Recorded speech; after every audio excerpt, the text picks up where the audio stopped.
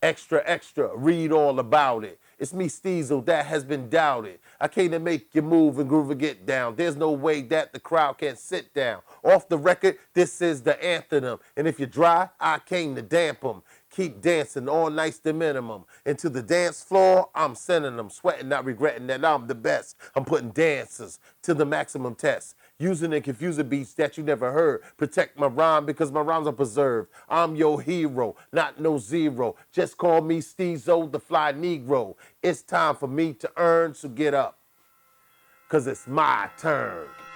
Part of Stezo's legacy was bringing a beat to hip-hop that will be used by many.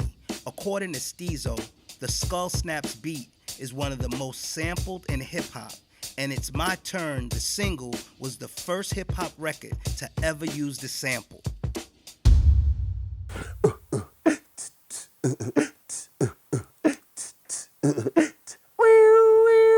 Yeah, we was the first one to sample it. Yep. It's called the Brand New Day by the group called Skull Snaps, aka the Diplomats, aka the Soul 3, aka they had so many names. Right. I mean, Sam Cully, Irv Waters, and Tom Price. So Skull Snaps. what other artists sampled your beat? Oh man, Skull Snaps. If you look on whosampled.com, you got probably 460, 70 people, artists that or songs that sampled the song. But you got Black Moon. Who got the props? Onyx. It's time to get live like a wire. I set a whole stage on fire. Throw your guns in the air. DOS Effects. From the sewer, I figured it be the rough slang slinger, singer, sing, look at me swing it like the swinger. I figured it rock, I figured it microphone. Straight from the Sewer and a couple of other joints. Diamond D. Sally got a one-track mind. It doesn't matter if it's yours or mine. Cause if you're getting dough and you wanna get with her, yeah, you can hit her. Sally got a one-track mind. Lords of the Underground.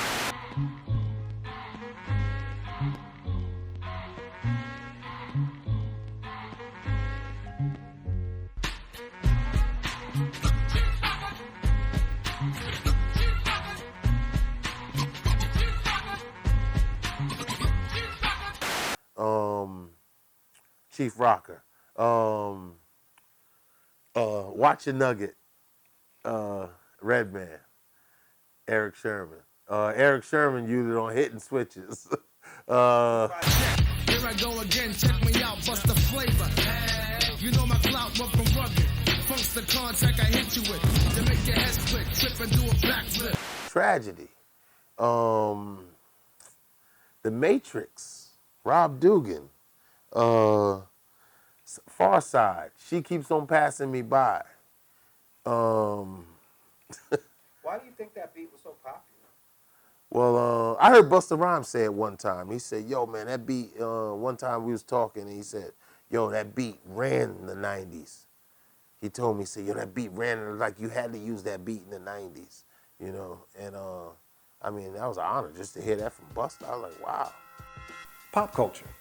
I mean, that's what everybody was using, and that's what you use. If you wanted to be, you know, if you want to be in a race with race cars, you're gonna get the best race car. You know what I mean? So that's what it was. It's just pop culture. This is what you use. You know, how did he make that? Oh, man, I heard he used the, you know, the lens drum, or he used the SP12, or blah blah blah. Okay, well, you know, that's what you want to get because you want to get the best things. You know, if someone else did it, you know what I mean, and it sound great, then that's what you want to have too. You want to have the best of the best, and basically that's what it was. That's what it was, just basically pop culture. So everyone talked about back at that time, this sound, the music, the sound of music, like 88, 87, we had this sound. Mm-hmm. In your opinion, what was that sound that everyone tries to describe? And it's interesting that you say try to describe, and that's because it's different than the sound today. Right. And that's why it's hard to describe it. It was, of course, we live in a digital world now opposed to analog. And that analog sound with the samples, and you're talking about the popping from the record samples, and it was all of that that brought it all together. So you wanted some of that in there.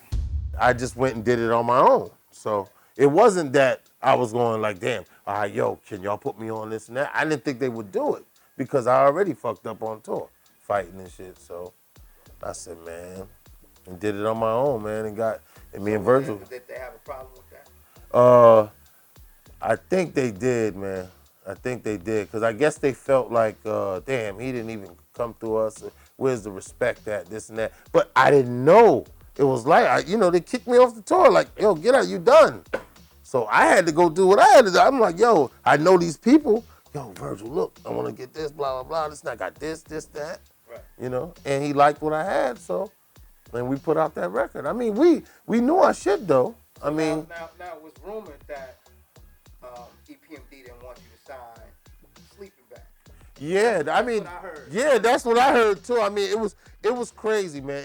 Hey, listen, man, Virgil, he was like, he said, he used to always talk back, yo, man, yeah, yo, man, the guys don't want, the guys don't want you to sign the Sleeping Bag, they give me 50,000 if I'll sign you, I was like, what? And this is the untold story of Stezo.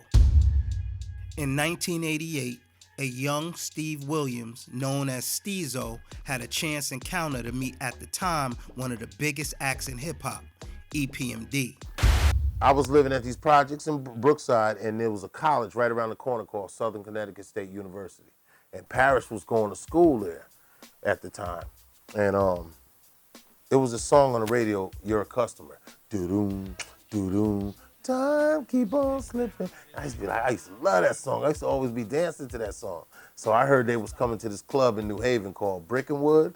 And I said, yo, I'm gonna go there. I'm a fan of theirs. So I said, I'm gonna go there and check that joint out and watch them do that song.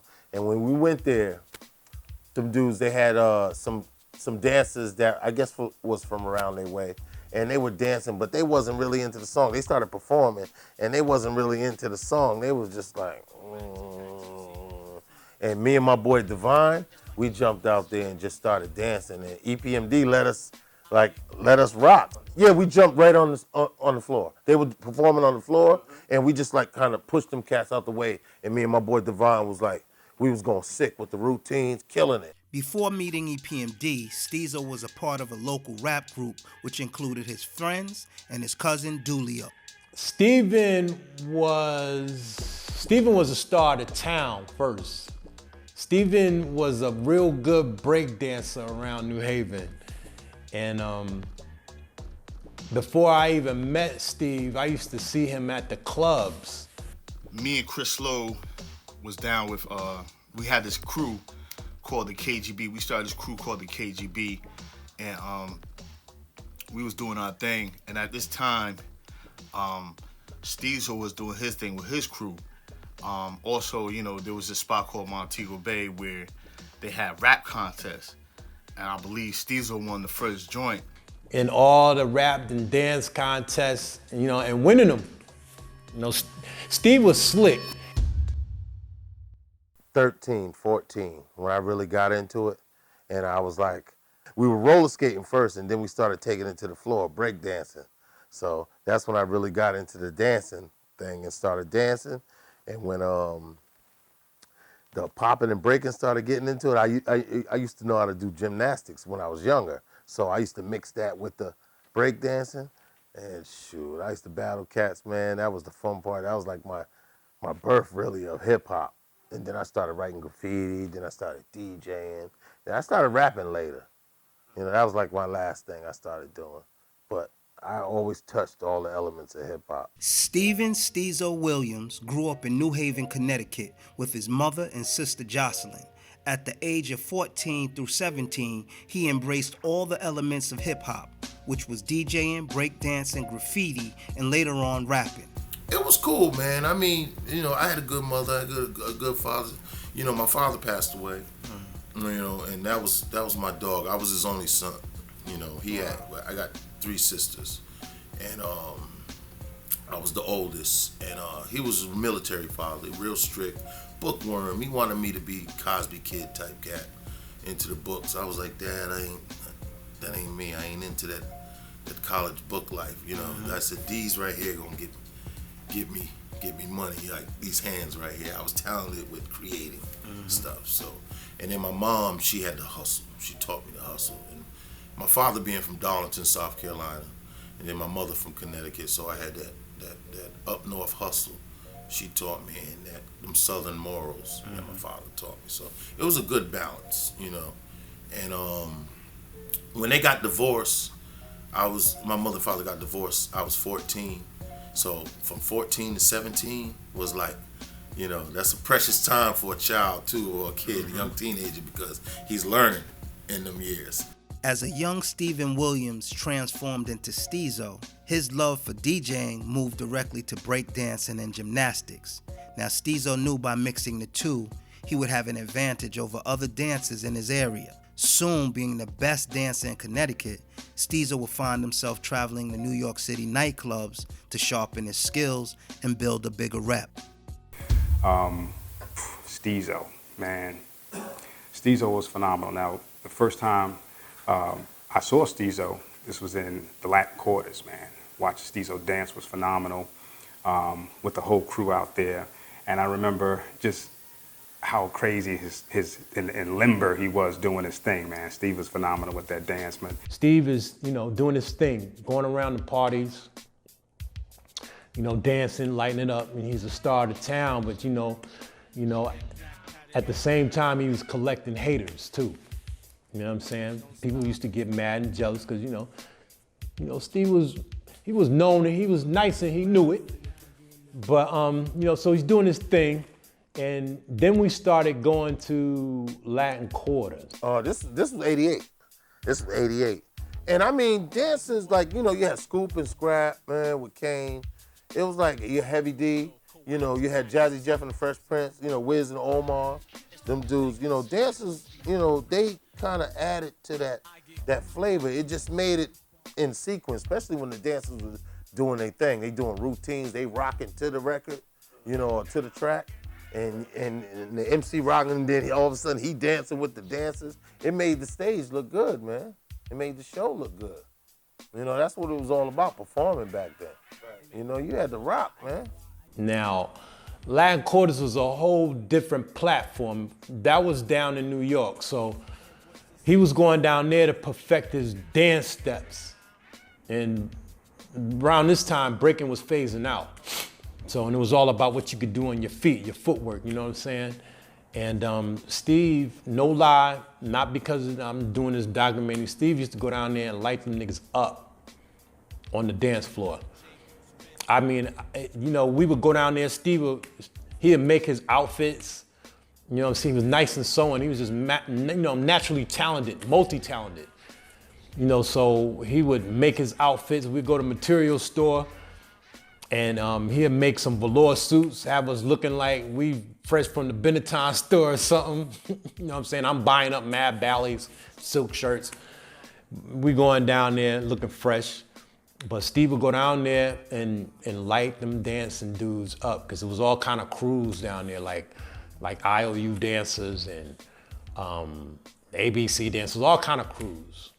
But Steve would end up in the middle of that circle, tearing them up. And I would look at people's faces, expressions while they looking at them. Because I used to look around trying to look out for stick-up kids, because you'd be looking at the dancers and it'd be somebody trying to go in your pockets in Latin Quarters. But yeah, Steve used to light them up. But he did, in 87, this is 87, he did one key party. We was all a family. Okay. You know, we came from, we was into hip hop dancing. It was like you knew each other. Whoever was nice, we knew each other. Right. You know? Back then it was like Nadine, Swatch, Stretch, Cliff, Omar, Prince, Dominic, I mean, Hot Dog was nasty. Puff was on his game too. Right. Yeah, P. Diddy was out there killing it. Yeah, we go back. I always thought he was with The IOU. I always thought Puff was with the IOU because he was always, uptown cats. But IOU was from all over, so, Steve would he would make up a dance and then write a rhyme about the dance. So when the average contestant is, doing this song, it's over, but Steve would do his song and drop the mic and then do the dance to the song. So that's how he used to catch him. But I didn't meet Steve until I met Dooley first. I met his cousin Dooley first. So of course, what comes along with that, Auntie, here's your cousin Stezo. This is probably around we was 7 or 8, something like that. And that's how we met. And the first day, all I can remember was it was a whole bunch of kids in the hood, and Stezo was just that dude. He jumped on top of a garage and did a backflip off of it. And so back then, everybody was into flipping, and that was like something spectacular than flipping on mattresses. So he proved this point of who he was on the first day. I grew up in Connecticut, New Haven, Connecticut, and it's a little city in Connecticut, man. We tough though, man. It's a rough city, man. Rough city, a survival city. And we used to always, you got the tri-state, you got Jersey, New York, and Connecticut. And we always, we always party, we meet up in New York. And so it's like that same vibe in all 3 of those states. So when you say you're coming up north, you're like, you coming to the tri-states, which one? New York, New Jersey, Connecticut. Stezo would find his first love to be DJing and music production. According to Stezo, he was the neighborhood DJ in the projects, cutting up records for the local MCs as a teenager, finally finding records that he would love to produce and started sampling them. Well, I started writing rhymes. I said, because I had my boys, these dudes, Doc Terra and Scotty O,